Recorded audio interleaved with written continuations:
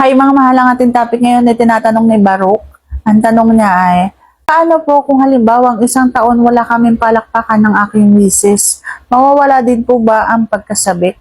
So yan ang ating pag-uusapan for today's video. Interesado ka bang malaman ko ano ang kasagot?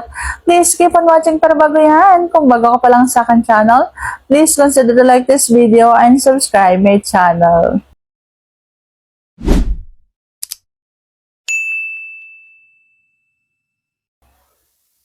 So, mawawala nga ba ang pagkasabik ng isang babae o ng isang asawa kapag halimbawang isang taon kayong namahina sa palakpakan?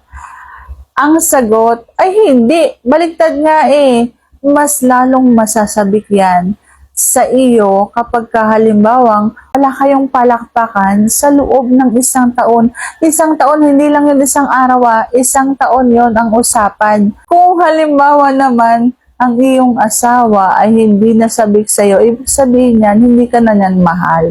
Nagbago na yung nararamdaman niyan sa'yo.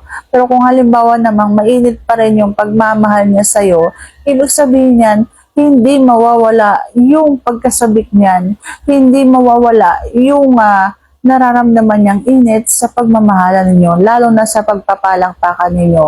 Kaya huwag kang magmumroblema kung kayo ay isang taon nang hindi magkakasama o magkakausap ng harap-harapan. Lalo na kung halimbawa magtatrabaho ka sa ibang bansa. Kasi kung mahal ka ng iyong asawa, pagbalik mo siguradong sabik yan sa bawat sandali na kasama ka. So sana nasagot ko na tama ngayong tanong. And if you like this video, please consider to like this video and subscribe my channel. Thank you for watching. See you on my next vlog.